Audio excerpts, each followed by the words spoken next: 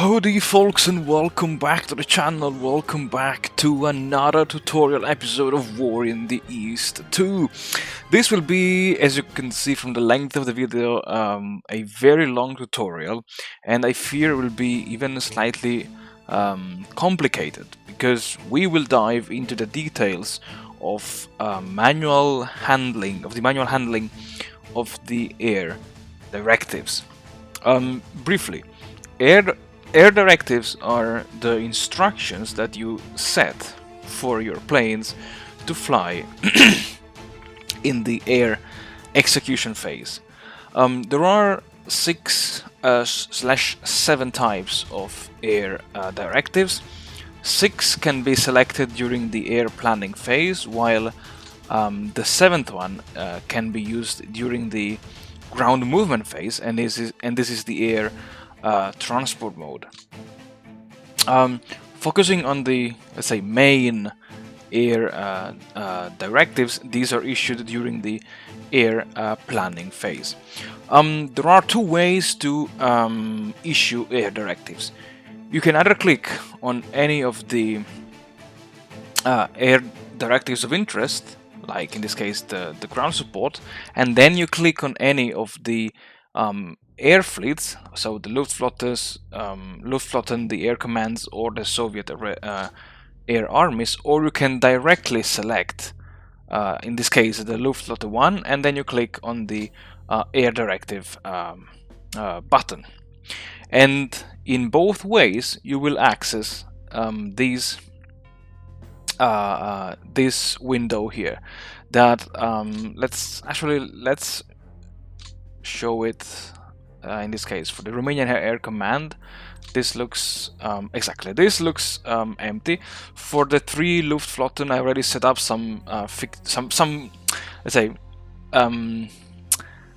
tutorial air directives to just go through the main things that I need to say about the specific air directives. And so, without further ado, the first directive that appears on the list is the ground support. Ground support is the support that your planes are providing to the ground units during the ground movement phase. And ground support, the ground support air directive, let's say, info box looks, it's very easy to understand, because you have the ground HQ. This is the HQ that, let's say, leads. This is the highest HQ to which the Luftwaffe will provide the air support. So, which means that every unit below Army Group North, when engaging into combat, will have the air support of the first air fleet of the Luftwaffe 1. If you go in the ground movement phase, you can also deactivate this air doctrine by clicking on this button here, toggle ground support on off. Is it useful? Absolutely, especially if you play as the Axis in the ground campaign 1941-1945. You don't want to see your planes engaging combats against I don't know, the these fortifications, against the security regiments, or any weak unit. You just want to break through without any air support. So you could just deactivate it, fight your battles, and then reactivate it again.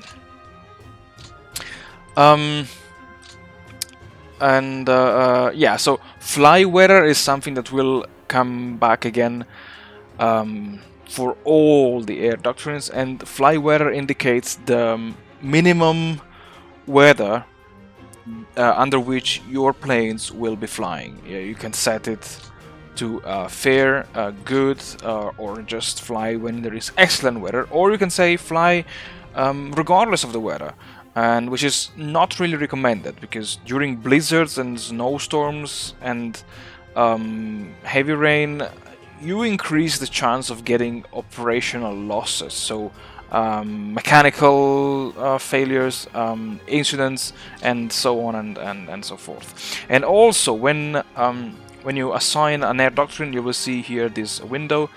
that tells you the type of air doctrine. Sorry, did I say doctrine? Sorry, I meant directive.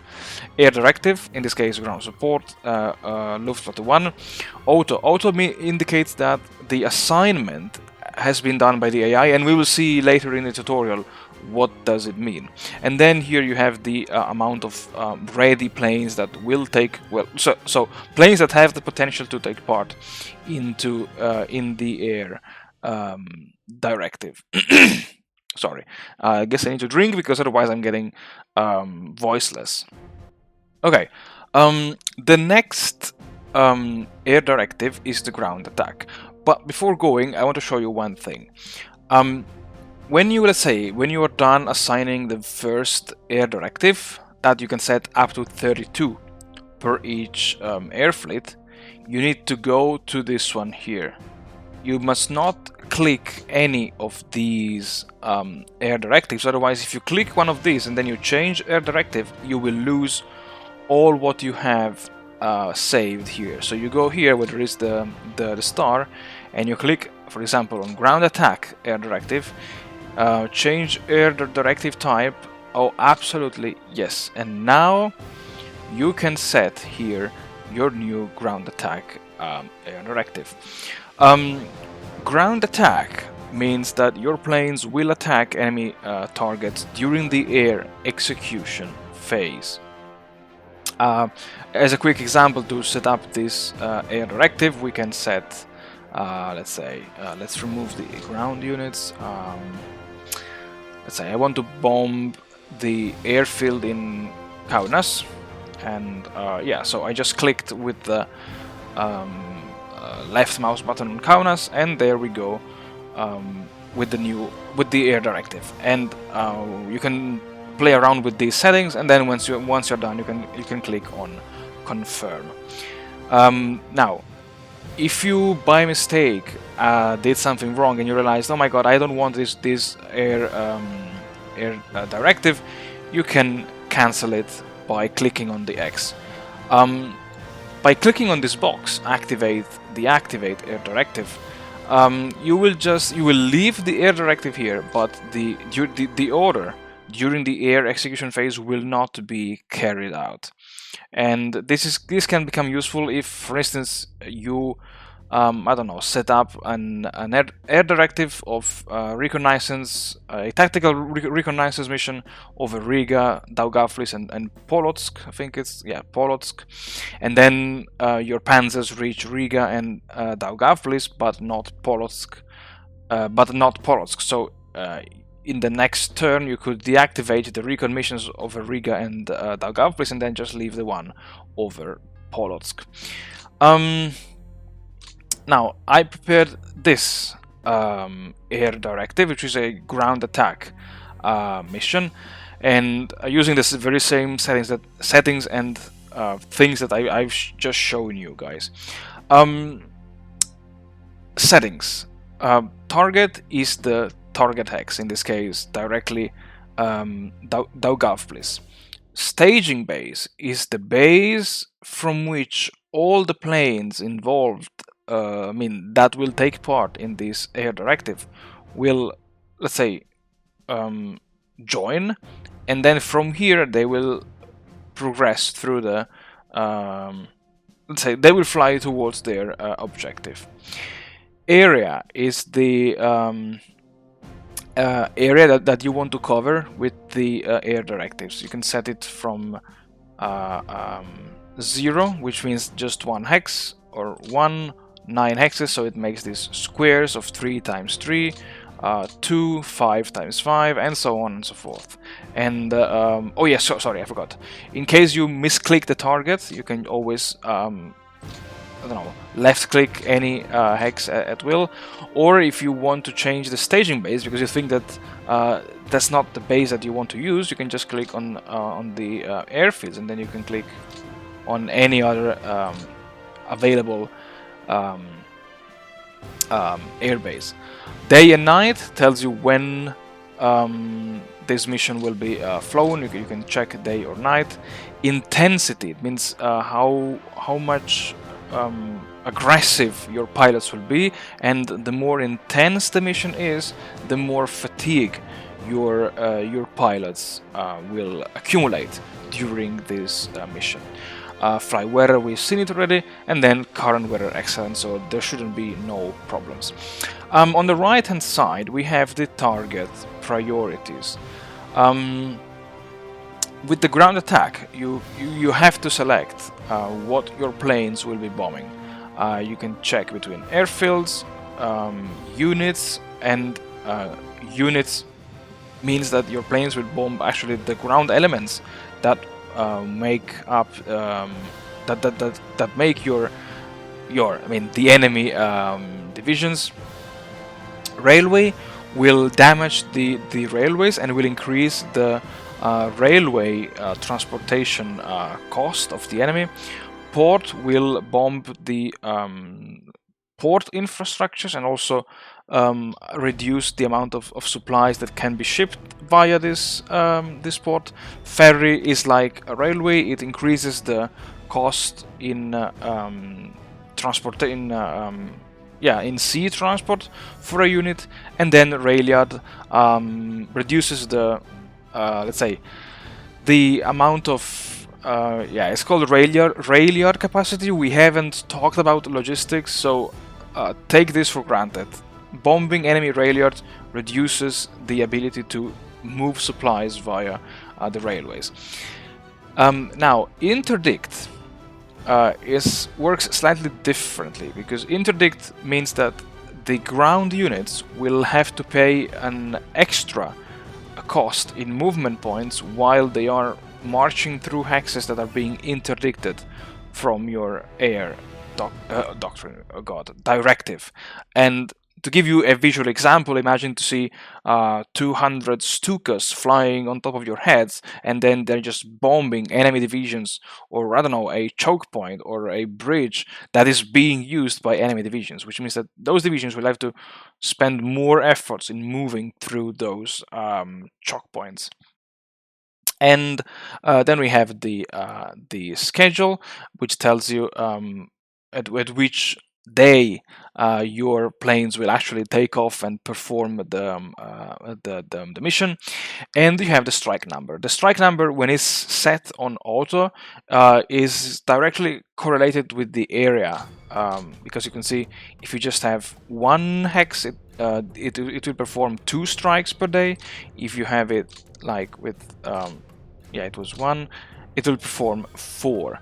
Now if you just want to have it once, you can just say 1, and then you see here it will say intensity custom. Also, we can have a look, like, you see, if you click on intensity high, the number of strikes will increase to 6. If you have intensity low, it will just remain 2. But if you set it to 1, of course, it will say custom.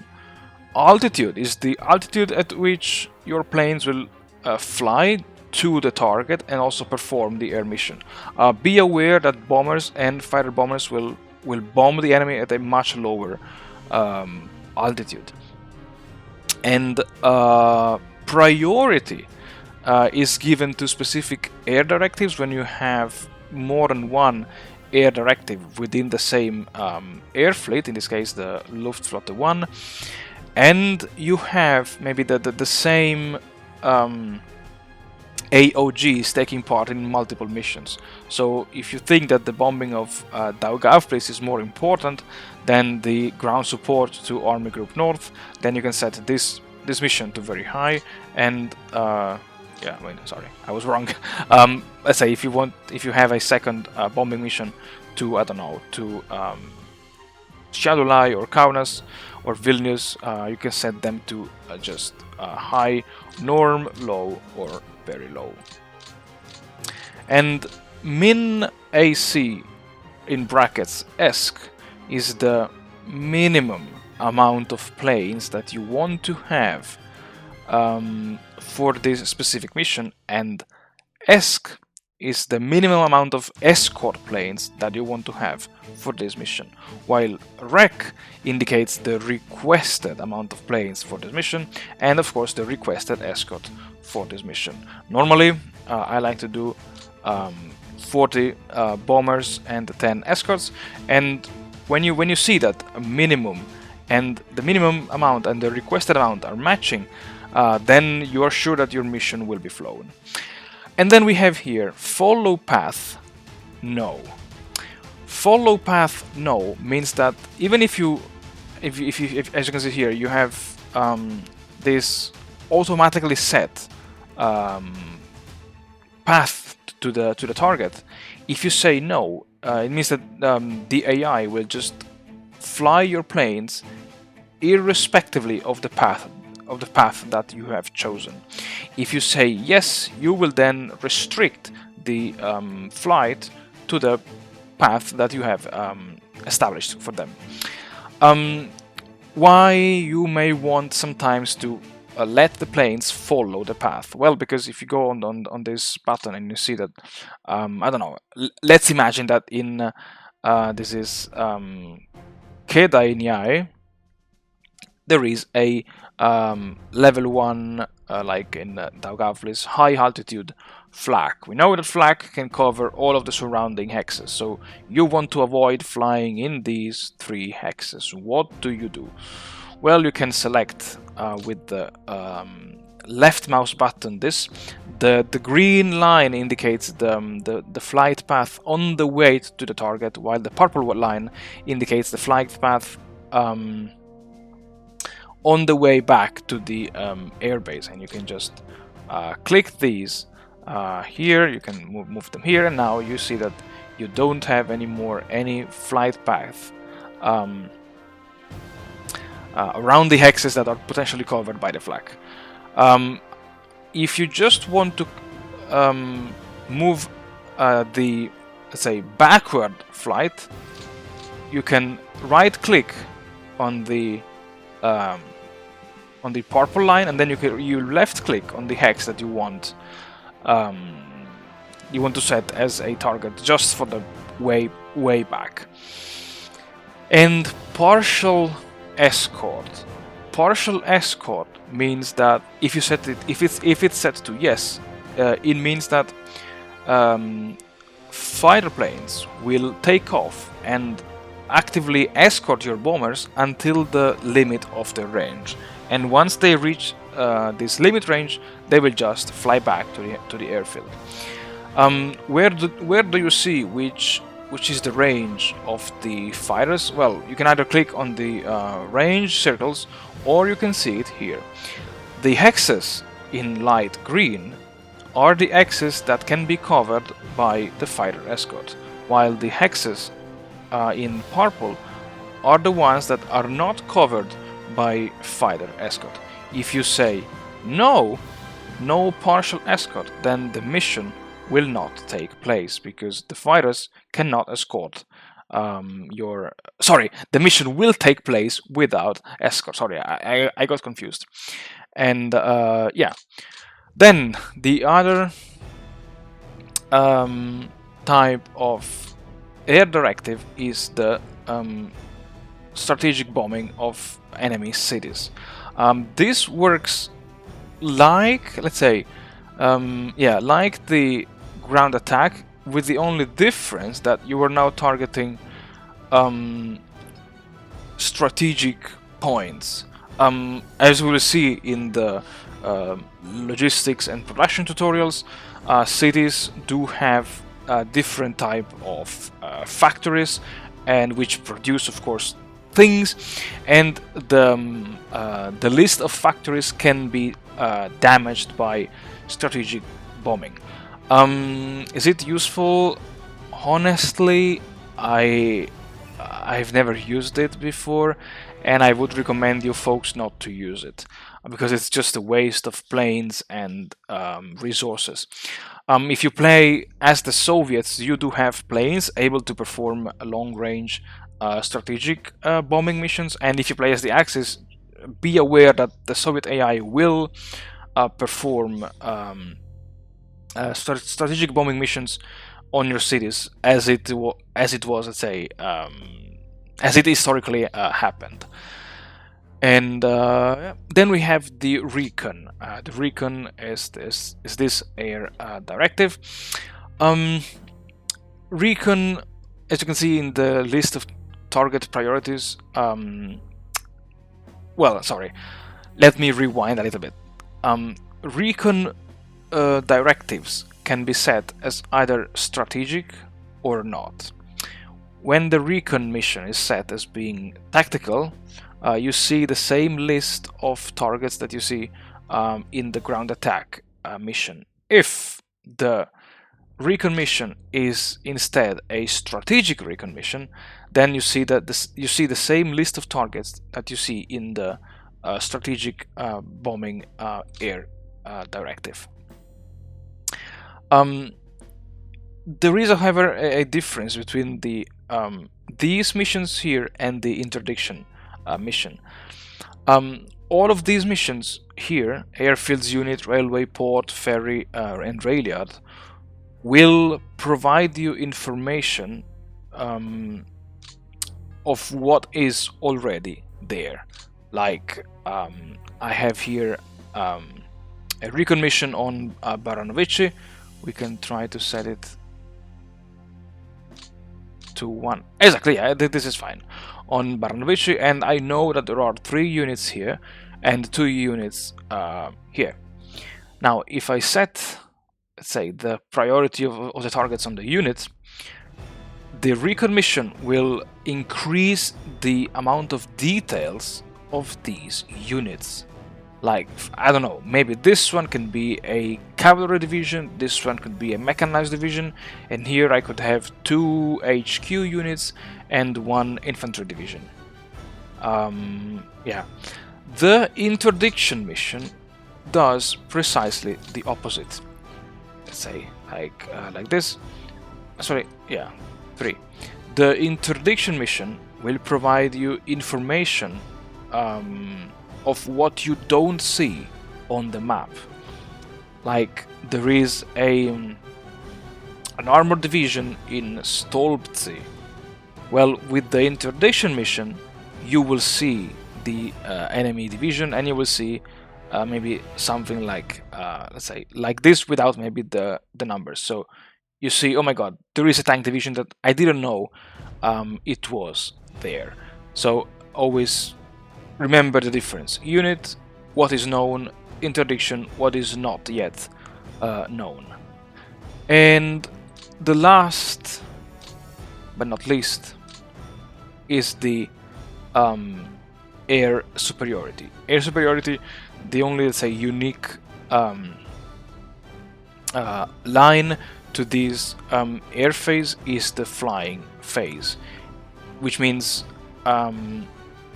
if it's set on both, it means that your fighters will perform the air superiority mission during both your air execution phase and the one of the enemy. Otherwise, you can set it on friendly, and only during your phase the planes will actively fly and patrol this area, or enemy. It means that your planes will fly exclusively during the enemy execution, air execution phase. And then we do have the naval patrol air directive that can be set. We can just show it now. It can be set like the other directives, and yeah, it works just like the air superiority air directive, because you can set here again if you wanted to fly during the both air execution phases, friendly only or enemy only. And yeah, I just deactivated for one moment.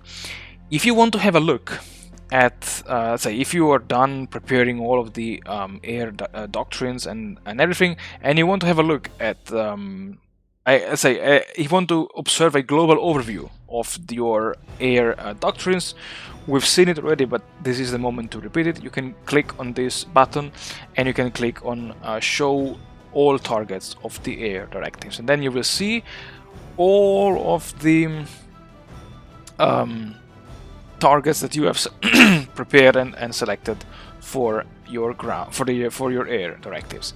You see that the naval patrol here is shaded, and this is because this directive is not active. And if you instead click on active targets only, you see that the naval patrol just disappeared. And is not yet over, because now we have to talk about the assignment of the AOGs to a ground directive. Now you can set, as you can see here, you can leave it on auto, which means automatic.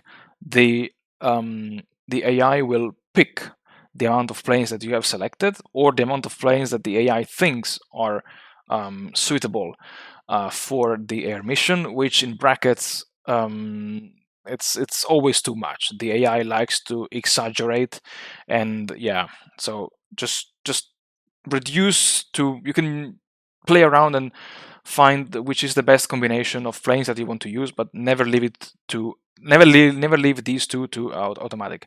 You can leave these to auto, because then you don't have to worry about assigning and micromanaging every single AOG that will take part in the air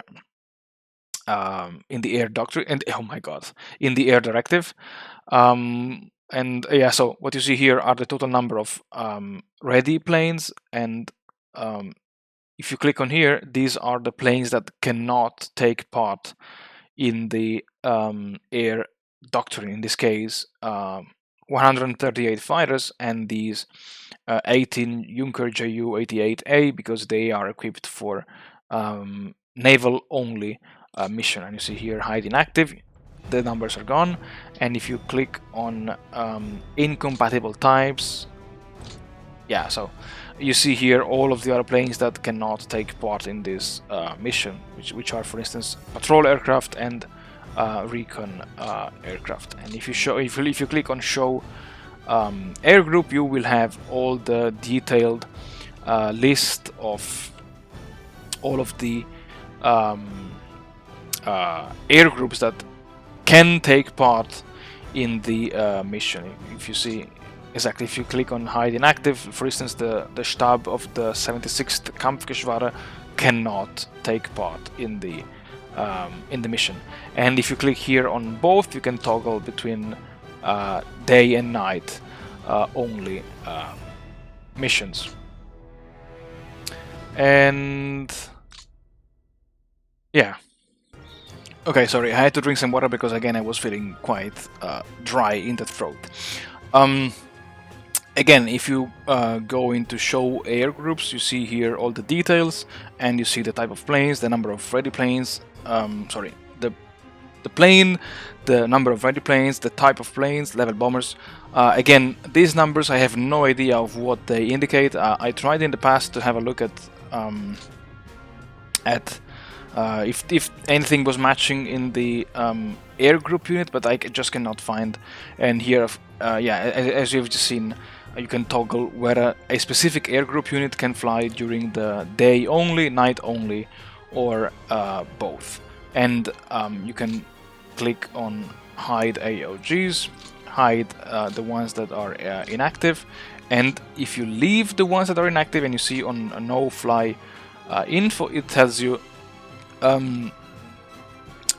why this, for instance, the Stab of the 76th Kampfgeschwader is not suitable for this mission, because it has no ready aircraft, it has no free mileage. The mileage, hopefully, I hope the pronunciation is correct, indicates how much is the percentage that oh my god, is the percentage of range that is still available to the planes. We've seen it, maybe just to, let's say, the,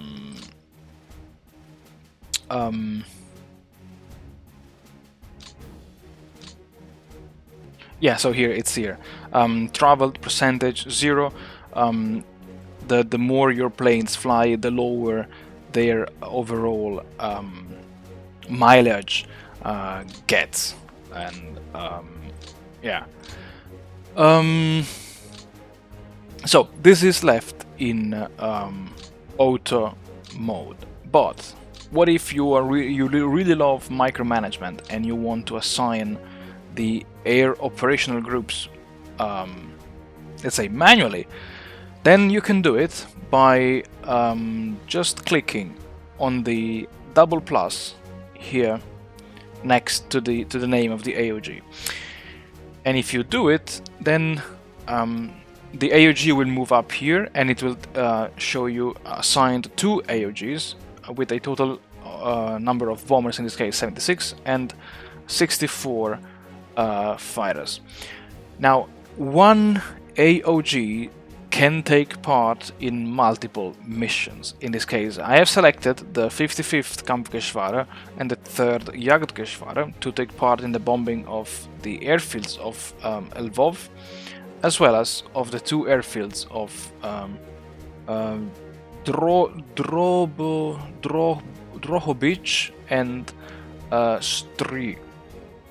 And as you can see here, in the far right section of the info box, you see here 2 automatic 50%, because these 2 AOGs are now set to take part in 2 different missions. And when you have, let's say, the same AOGs taking part in 2 different missions, then it means that 50% of the planes automatically will take part in one mission, the bombing of Lvov, and the other half will take part in the bombing of these 2 air bases. You can change this. You can set the participation percentage for the Kampfgeschwader 55th, and in this case we can set it to 40, and we can do the same for the Jagdgeschwader 3, and then if we go back to the other mission, you see is now set to automatic 60%. You can also change this value. Let's say let's just make 40 and 40. So now we do have 40, so we still have a 20% of planes that will not take part in the mission, and we could use I don't know, these 20% to bomb the, I don't know, the airfield of Brody. And if you want to remove an AOG from this mission, you can just click on the on this double minus, and it says clear AOG assignment, and if you just remove it, well, now it's back to the automatic assignment. And okay, so hopefully this is all clear. There is just one last thing that I wanted to show and discuss with you, and this is the general settings of the air directives. Let's go back to our first air fleet, and let's assume we are preparing the air offensive for day 1, turn 1 of our grand campaign. And spoiler alert, there is a bonus for bombing enemy airfields on the very first day of the very first turn when you play as the Axis. So let's say that I want to set up all of my air directives to bomb the airfields in let's say in the Baltics. So let's just remove these so it's easier. We know that we need to bomb I don't know, Kaunas, Vilnius, Kėdainiai, Liepāja, Panevėžys, Šiauliai, and this one here, Grūzijai. So we can set a first air directive here. We can set it to 1, and because we are only interested in bombing these 2 airfields, we just set it to 2. We can click on airfield, we remove unit, and I like to have 40 bombers and 10 escorts. I don't touch anything because I like to let the AI play around with this, and then we click on confirm. Okay, then we need to bomb let's say Kaunas. Okay, then a new ground attack mission, Kaunas. And again we have, ooh, I forgot one thing. Just on day 1. And then here, okay, this is 0, just 1. Day 1, 40, and 10. And then again, airfield interdiction and confirm. Now, you see that this is getting tedious, right? Is there a way to speed things up? Well, there is a way. And this way is to go in the air doctrine screen. Now, if you don't select anything, if you go on this screen, you might feel overwhelmed by the amount of things that are listed here. Here you see the list of all of your let's say Army level and Army Corps level AOGs.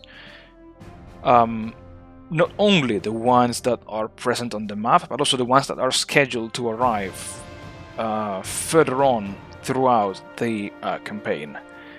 And then you have the list of fighters, bombers, and utility aircrafts. You have the list of air directives. You have the altitude, the day and night, partial escort, flight path, follow flight path, the weather, the intensity, the scheduled. This is the percentage to the minimum percentage to fly, and we will come back to this in a second. And then mission percentage and escort percentage. I know this is overwhelming, so you can either click on this window and then on, for instance, Luftwaffe 1, or you can previously select the first air fleet and then you click here on Show Air Doctrine screen. Yeah, I know it's overlapping the text, just it doesn't matter.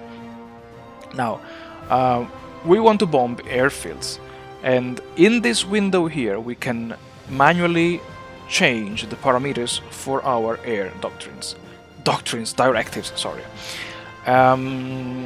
Importantly, in this window you can set the parameters also for the AI assist mode.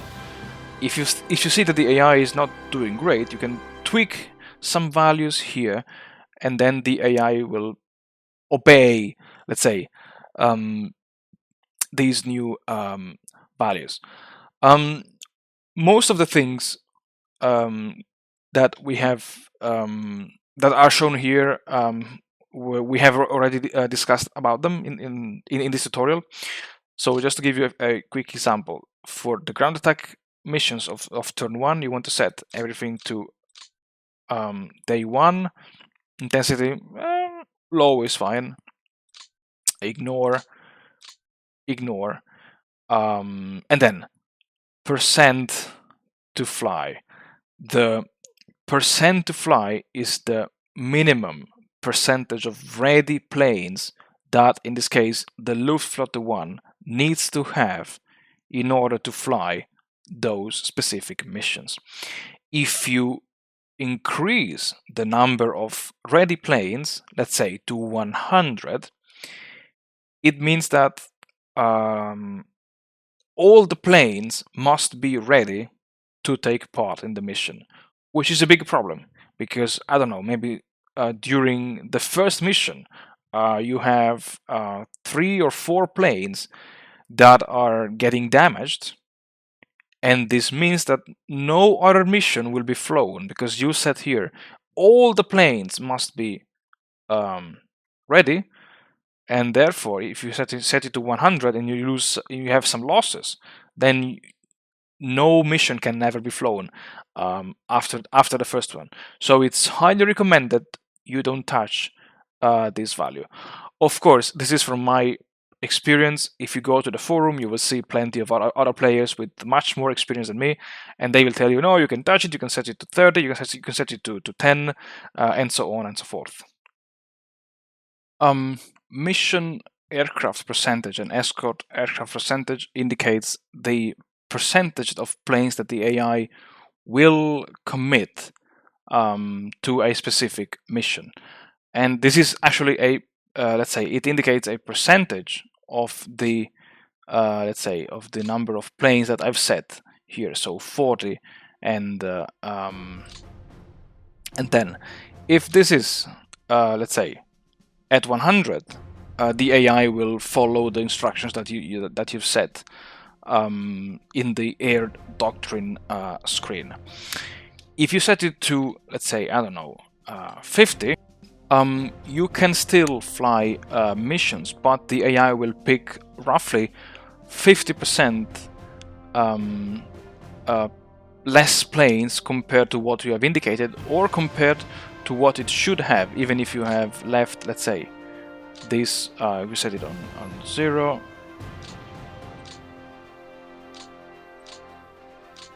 Exactly.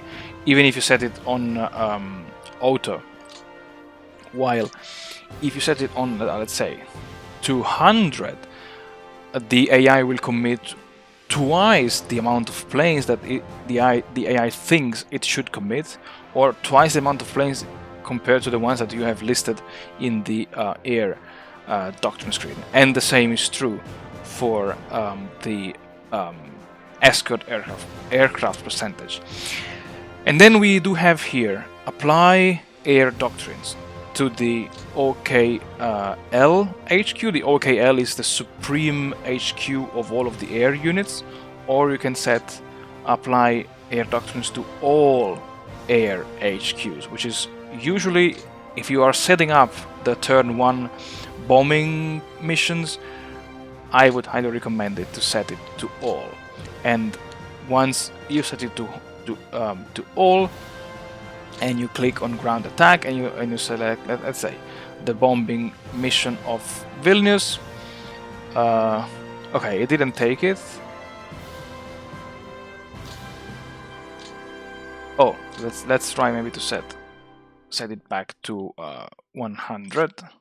Okay, I had to double click everything for whatever reason, but you see now I've set up a new air doctrine, bombing of Vilnius, and now I have it with airfields at the highest priority, and only on day 1. And if I go now, I don't know, on the Luftwaffe 4, I want to launch a bombing mission against, let's say, Belzi. And yeah, once again, I have my airfield highest priority, day 1 only, and yeah, excellent. We are almost at the end of the tutorial. I know this was very long, but besides the air doctrines, we do also have the air directive summary. This is a very cool window that allows you to get the complete overview of all of your air directives that are now set. Here you can manually remove. You can see all the details, like type of air directive and target, staging base like Rautenberg area 0, altitude, the schedule time, day, or both, or in case of the air superiority, day and during the enemy phase, the intensity, groups, automatics. In this case, we have 2 AOGs. Weather, excellent, because they should be poor. And at the end of the air execution phase, you will see here the number of planes with all the details of how many planes actually took part in the in the bombing mission in this case, and how many fighters were escorting them, the losses, the damaged, the targets that were destroyed during the enemy targets that were destroyed during the your air execution phase. And then if you click on details all, you will see a list of targets that were hit and destroyed and damaged. And also you can deactivate or activate these the air directives, and actually, since we are here, let me just pause the recording and we will go into the ground campaign and I will show you a bit more of these air directive summary. Okay, so welcome back, and this is the aftermath of the very first turn of the ground campaign. Sorry, of the first air execution phase of the ground campaign, and you see here that a few things have changed. Because, for instance, in the raids, you now have these arrow with the number 3, because the Luftwaffe 1 performed um, 3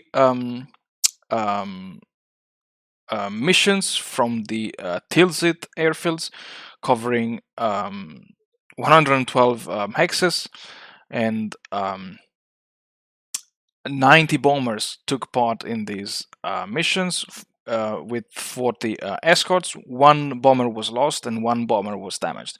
And if we now look at this, which is also, oh sorry, yeah. So if you click on this arrow, it shows you what happened during this.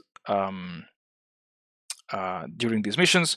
For instance, we bombed the airfields of Liepaja and we destroyed 54 enemy fighters, which were apparently all the fighters stationed in that airfields.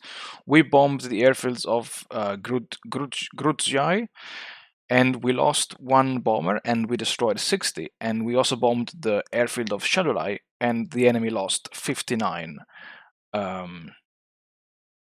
fighters.